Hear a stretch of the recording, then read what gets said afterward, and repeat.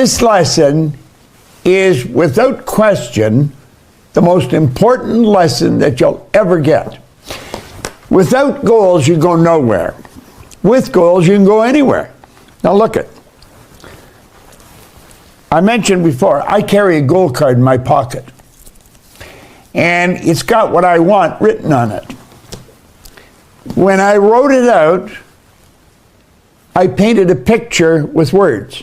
I got a picture in my mind, and I wrote it out.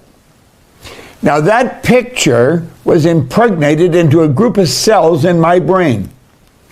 When I put my hand in my pocket, put it in your purse or your pocket, when I put my hand in my pocket and touch this goal card, a sensory factor touch is affected. A light message goes rifle firing through the central nervous system, and it resonates with that group of cells in my brain. They increase in amplitude of vibration, and the picture that's written on the card flashes on the screen of my mind. Now, you cannot be thinking of bad things and thinking of your goal at the same time. It's very important you think of what you want. Now I'm going to flip over and look at the pad here for a few minutes, Scott. This is a little drawing, represents your mind, and of course this is your body. Now here's what we want to get really straight. Mind expresses itself with and through the body. If you want to know what's going on in a person's mind, watch their behavior patterns. Take a look at the results they're getting. It's an expression of what's going on here. It's always the way it is, and it's never any different, and that's true for everyone. So let's look at it again. Here we are here. I don't like that circle. Here's the body. Now, you have sensory factors hooked up here. You can see, hear, smell, taste, and touch. And information is begging your conscious attention. This is your conscious mind here. Okay? Information's begging your conscious attention from outside. It never stops. It's always like that. You want to take control of your mind, and you want to be thinking of what you want to think. Now we're going to go through this on slides. I want to show it to you here. You impress that idea of what you want upon your subconscious mind. Now here's the tricky part of this. The subconscious mind is universal intelligence. The subconscious mind is omnipresent. Now think of this for a moment. Let's suppose I phone you, and you could be in Singapore and I'm in Toronto. I get you on the other end of the line. Now it looks like we're a long ways apart. That's an illusion. We are both on the same frequency. And so we can send pictures, we can look at each other, we can carry on a conversation. Understand that everything is in universal intelligence. Everything, all knowledge, all the power, all the money, everything. And when you impress that idea upon subconscious mind, you attract everything that's in harmony with it, just the same as if you got the other person on the other end of the line with your telephone. Does it affect somebody in Singapore, in Shanghai, in Buenos Aires? If you're in Toronto, absolutely it does.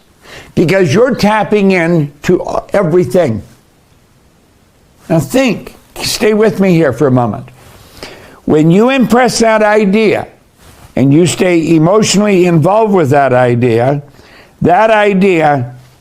changes everything in your physical world. Your physical vibration changes, you change what you attract into your life, you change your behavior, ultimately you change the result. Okay? Now, we're going to go back to the slides. Okay? Now think, I've been playing with this for 60 years. I'm really good at this. I'm not much good at anything else, but I don't want to do anything else. I love this. I fell in love with this. I'm going to go back. I'm going to reiterate something I already told you. I was sitting with Earl Nightingale in 1966. Now, I had already been studying his material. I was already carrying a gold card. I had on the back of the card at that time this great dream, this surging, dynamic thing invisible to all the world, except to the person who holds it, is responsible for every great advancement of man. Earl Nightingale wrote that. I had that on the back of gold cards, and I've had it on the back of gold cards for years. It's not on the back of this one right now. I got "You Were Born Rich" on the back of this one. And everybody is born rich. Most people are just a little short of money. But I was sitting in his office. I had been with him for about an hour. It was just a phenomenal experience for me because I'd been studying his material for a long time. And I was leaving after the hour, and I asked him, I said, "Earl, what's the big deal? I mean, what is the big secret?" And he said, "There is no secret, Bob." He said, "It's simply a matter of sitting down, deciding what you want, and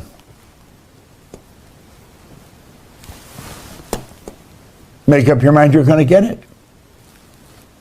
He's decide what you love doing and commit to do it for the rest of your life. He said the problem with most people is they don't know what they love doing. They never think of it. Well, God, I'm going to tell you, I got charged right there. Yeah, I can still see myself sitting in his office. It was at 333 North Michigan. And I knew exactly what I want. I wanted to do what he was doing. I wanted to do it with him. And I made up my mind I was going to do it with him. 2 years later, I'll bring up a slide in another presentation tomorrow. And I was his vice president of sales. I have a picture of myself, Earl Nightingale, and Lloyd Conant, his business partner, the three of us. It was one of the happiest times of my life. I mean, I just absolutely loved it. Well, I've been doing this for a long, long time. And as I say, I'm really good at it. And I want to get better at it. And that's because I've been doing the same thing all my adult life. I was very fortunate. I figured out what I absolutely loved. And I cut everything else off, and I dedicated myself to what I love doing. Now, that's a long time. You have paradigms. We talked about them yesterday. A paradigm is a mental program that has almost exclusive control over our habitual behavior, and almost all of our behavior is habitual. Okay? Now think of that for a moment. Paradigms literally control people's lives to an enormous degree. I want you to change that. Okay? Now look at success is 5% strategy, 95% mindset. I was sitting in a room with Catherine Weishaupt, an absolutely brilliant lady in Germany. Gina was sitting there with me. She was my assistant. She was taking notes. And I was talking to these various consultants in our company. She's one of the top. And she said that she really believes success is 5% strategy, 95%. And I got her to repeat it. I had never heard that before.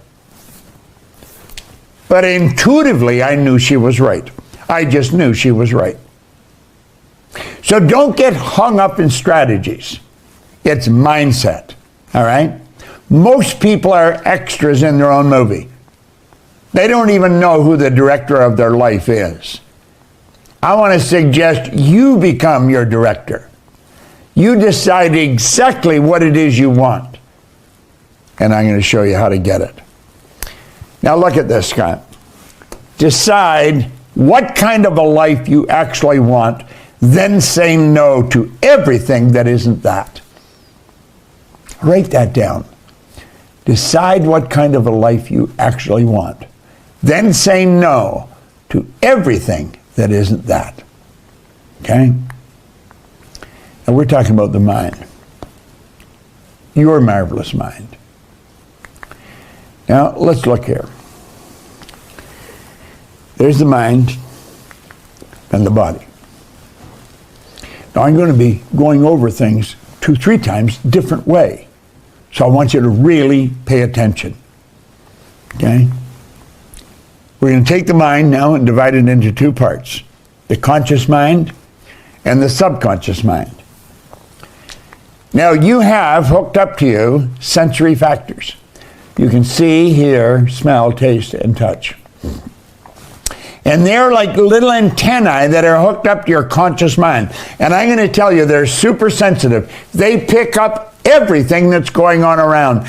And I'm going to tell you, the outside world is begging for your conscious attention. And unfortunately, most people's paradigm has them paying attention to what's going on outside. That's too bad. Okay? Now, the conscious mind is also the intellectual mind. Okay? The emotional mind is where the paradigm is.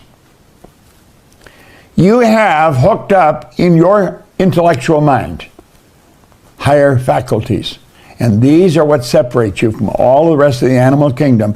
Now, I'm going to tell you, this is really a sort of a sad story. You go and ask 10 people today what their higher faculties are, what their intellectual factors are. And I'm going to tell you, they don't know. Because we've never been taught how to utilize these. This is really sad. Most people don't even know they have them. Oh, you'll hear people talk about, leave that up, Scott. You'll hear people talk about their imagination. You'll hear people talk about memory or reason, but they don't really understand these are higher faculties. These are what separate us from all of the rest of the animal kingdom. The rest of the animal kingdom operates by instinct, which is perfect. We had instinct removed and these put in place, and they're sitting right here in our conscious mind. Now, you're going to use these working towards your goal. You're going to use these to change the paradigm. They have the ability to say to the paradigm, get out of town. That's right.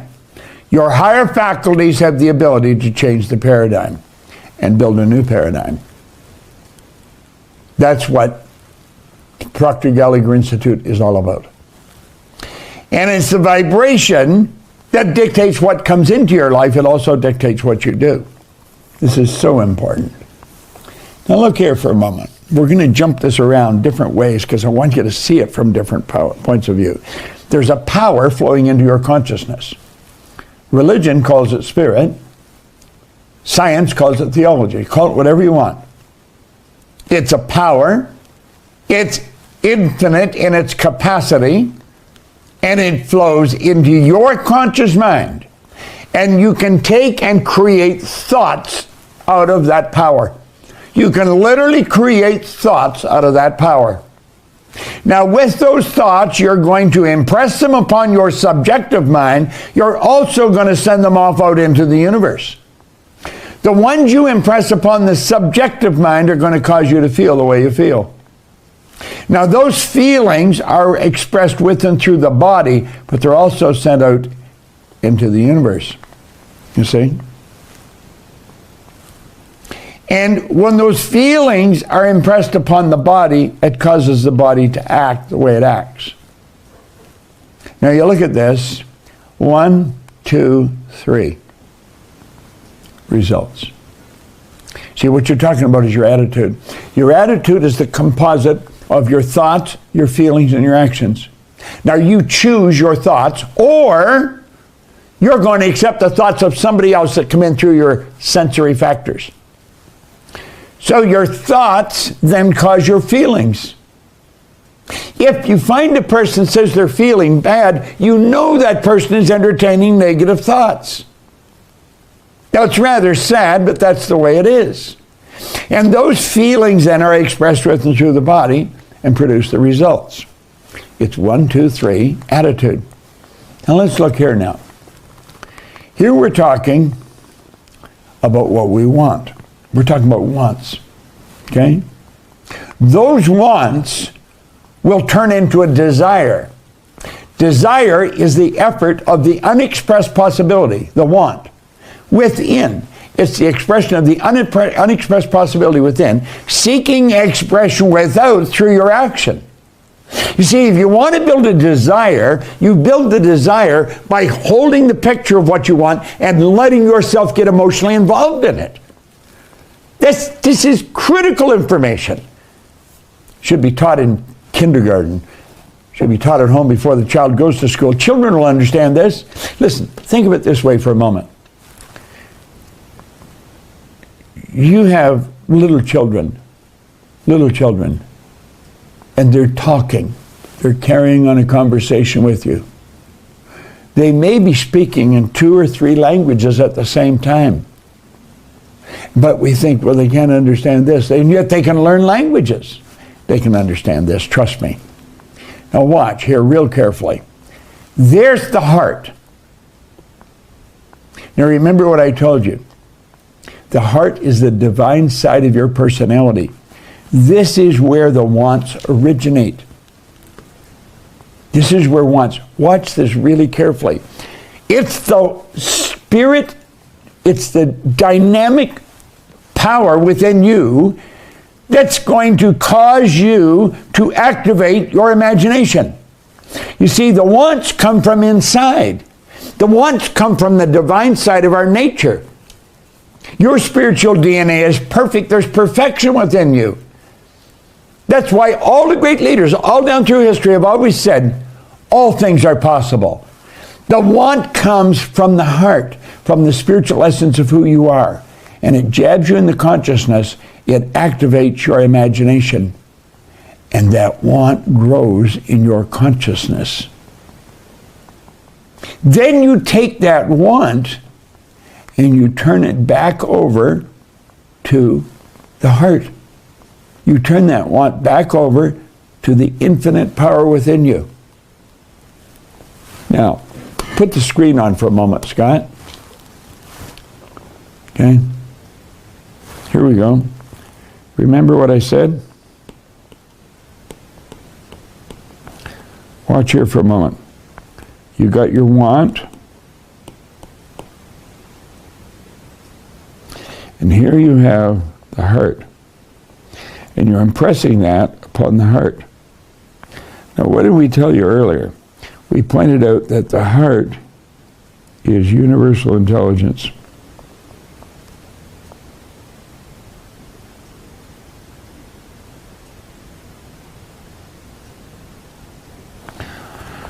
Now, here's the trick. Universal intelligence operates by law.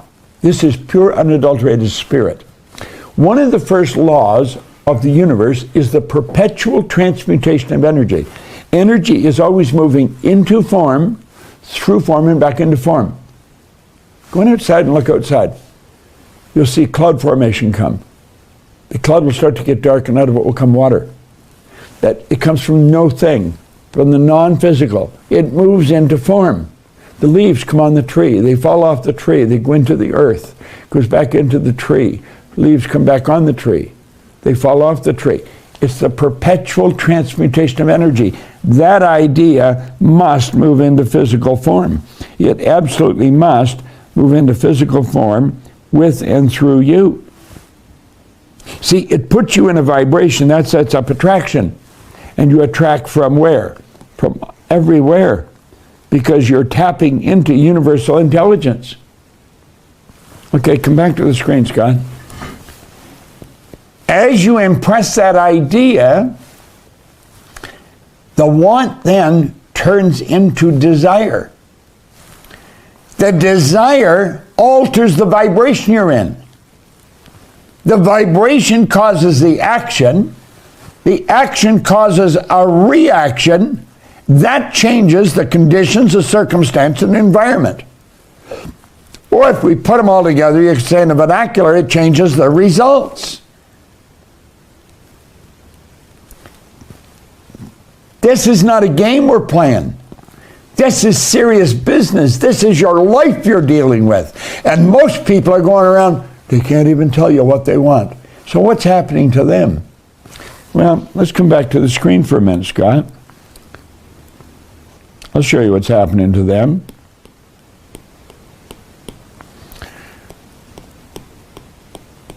See these little sensory factors?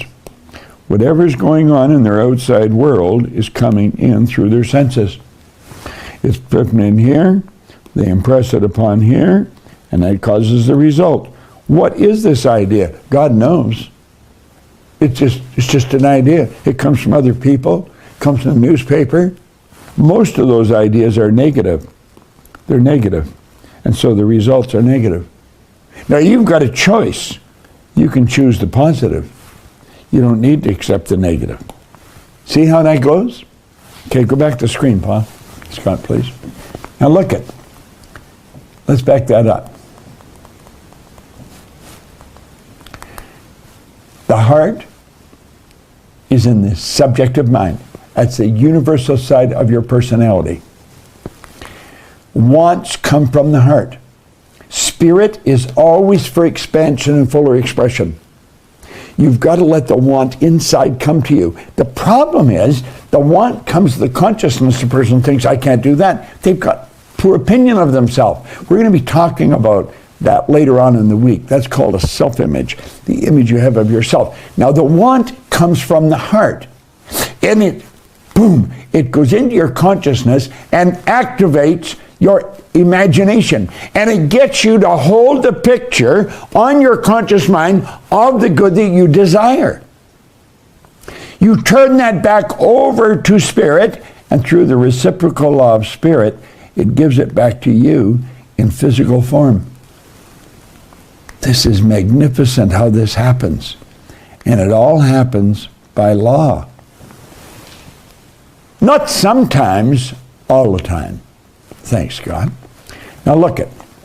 Here's the ABC of goals. And there's another way of teaching it. Most people, when they think of what they want, they think of something they already know how to do. I use an example. I've been using it for 25, 50 years. A young guy in a seminar came to me and he said, could I talk to you about my goal? And I said, sure, what do you want? He said, I want to get a new car. I said, okay, well, go and get a new car. I said, what kind of a car do you want? He's a new Pontiac. I said, well, they're pretty nice. I've had a Pontiac. I said, what are you driving now? He's a Pontiac. I said, and I said, how long have you had it? He said, 4 years. I said, how old is the car? He said, 4 years old. I said, then you're telling me you got a new Pontiac 4 years ago. Is that correct? Yeah. But he says, it's old. I need to get another one.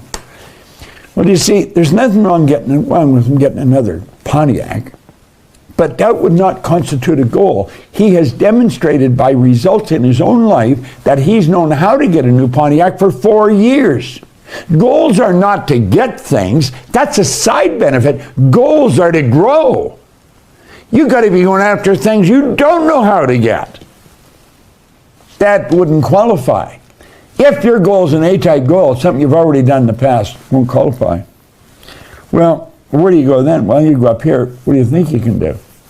Well, what would come in there? Well, I don't know, any one of a number of things. So you're sitting, you're really thinking, what do I think I could do? First of all, if Harry give me the money he owed me, and if Betty says what she's going to do, she does it, and if that other group over there, if they come through, then I think I could do this, whatever this might be. See, they've got it planned out. They actually can see how it could happen. They know how it could happen. That isn't a good goal. There's no growth in that.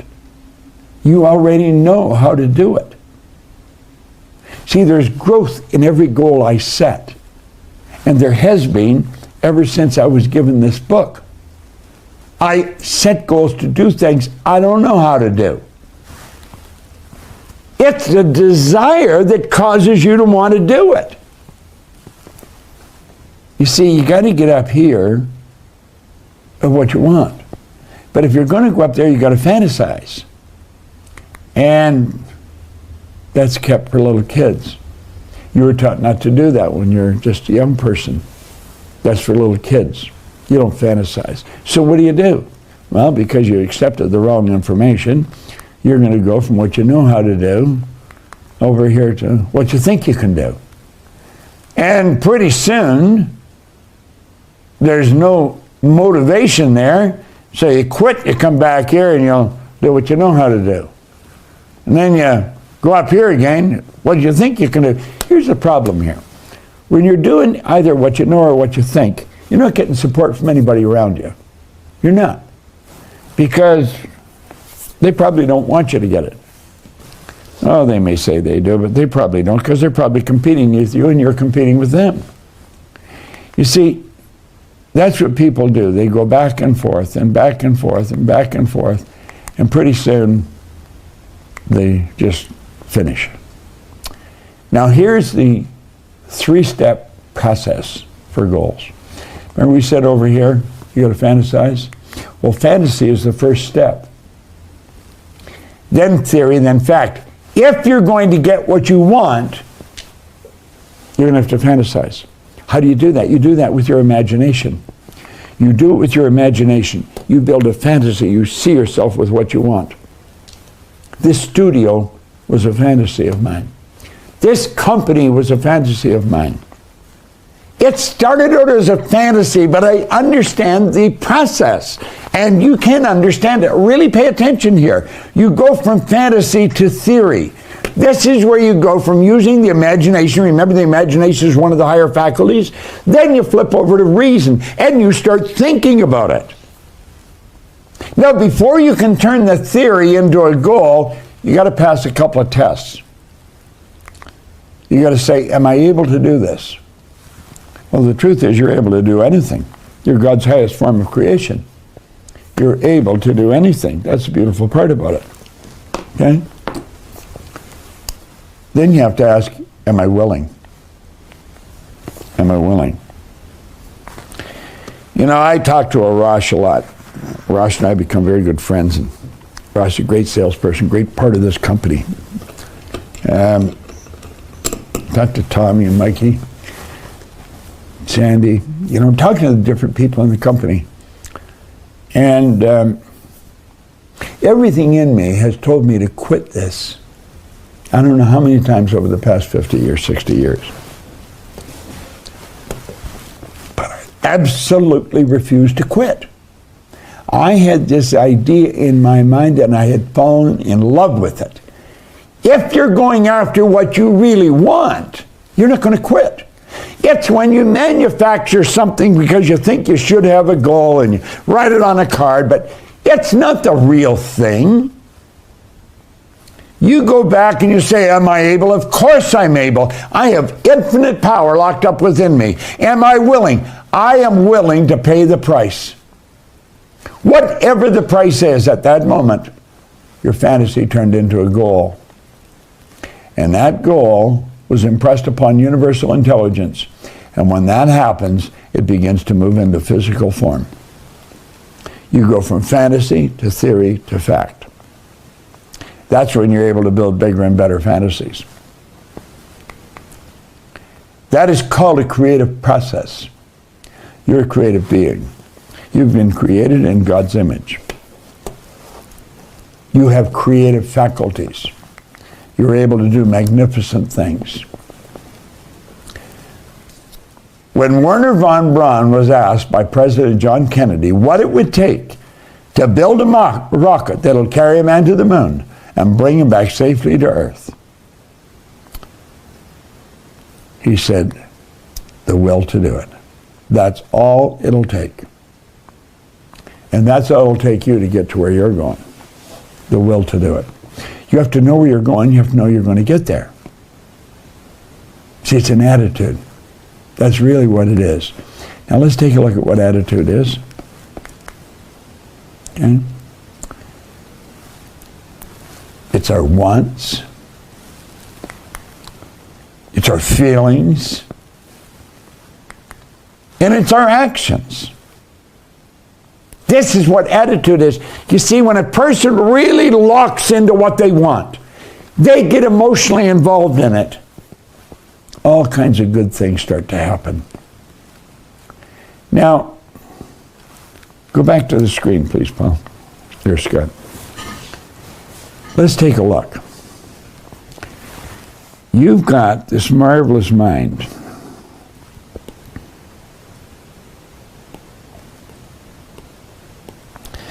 You know, if you just look at your body,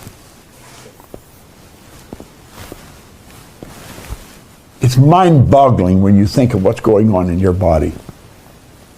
But then when you start to think of the mind, and you start to think of the phenomenal power that you've got locked up in your mind, you're capable of doing whatever you want. Listen. Pay attention to what's going on in your outside world through your senses. I want you to really begin to think. Really begin to think. Do you know, no one knows what you're capable of doing. You see, you think with a reasoning factor. Remember I said you have all these higher faculties here in your consciousness? You have perception. You've got the will. You've got reason. You've got imagination. You've got memory. And you have intuition. Those higher faculties will enable you to take this power that's flowing into you. There's a power flowing into you. It knows no limits. Okay? And you put these higher faculties to work, you can build anything you want in your conscious mind. Now just think. What kind of a picture do you want to build? You see, I firmly believe your heart is jabbing you right now. I think your heart is jabbing you in the consciousness right now. There's something you really want. Quit denying it. Now you're thinking, well, I don't know where the money's going to come from. Here, I tell a story in this book. If you don't have it, you can go to our site. Go to Proctor Gallagher Institute. You can download it. We'll give it to you. There's a story in here about a couple. It's on page... Wait a minute. Page 101. Story on page 101. They wanted to buy a house, and I said, go buy one. They said, we can't buy a house, we haven't got any money. And I said, you don't need any money. They said, what do you mean we don't need any money? I said, you haven't made the decision to buy the house. What do you need the money for? Now there's another story in here on page 186. A group of people raised $3 million in 3 hours, 3 days after they thought of it. See, all things are possible. All things.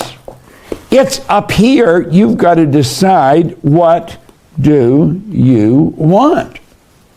Understand, wants come from the divine side of your personality. It comes from the higher side of who you are. And this divine side is jabbing you into consciousness all the time. Want this. That's because Spirit wants you to grow. You say, I don't know if it's God's purpose. It's God's purpose. I'll tell you what God's purpose is: greater good. Where? In everything. And we see it everywhere we look. We see greater good, except where we're in charge. Let's see it where we're in charge. I don't care what you've been thinking in the past. I don't care what you've done in the past. Listen, I started out, I had 2 months high school. I had no formal education. Absolutely no business experience. You know, I think it's almost comical at times. Sandy Gallagher, my business partner, she'll be reading books on algebraic equations. I said, what are you doing? She's solving problems in this book. I have no idea how to do any of that. But I'll tell you what I do know how to do. I know how to build a picture in my mind of what I want. And I know how to hold that picture until that picture turns into a desire right here. Because that's what happens to it. When you impress that picture upon the subconscious mind over and over and over, it becomes a desire. Desire is the effort of the unexpressed possibility within, seeking expression without, through your action. It comes from the Latin desire, to give birth to the children. That's the child. You're giving birth to the children, your ideas, your creative being. No one knows what you're capable of doing. There's no one alive that knows what you're capable of doing. You've got to sit down and say, what do I really want? I'm going to tell you something. You stick to what we teach you. You'll get everything you want. I've earned millions of dollars. You're going to hear from a couple of ladies early on in the week. Started with nothing. They were nurses. Nurses don't earn a lot of money. They do very important work. They don't earn a lot of money. Both of these ladies have earned millions following what we're teaching. No one knows what you're capable of doing. Here's what you want to do. Look it. This is so important. You're going to get some instructions in a few minutes, and the instructions are going to come to you from the people that really know what the hell they're talking about. I'm going to tell you, anybody in this company, they really know what they're talking about. They practice what we preach, we teach it.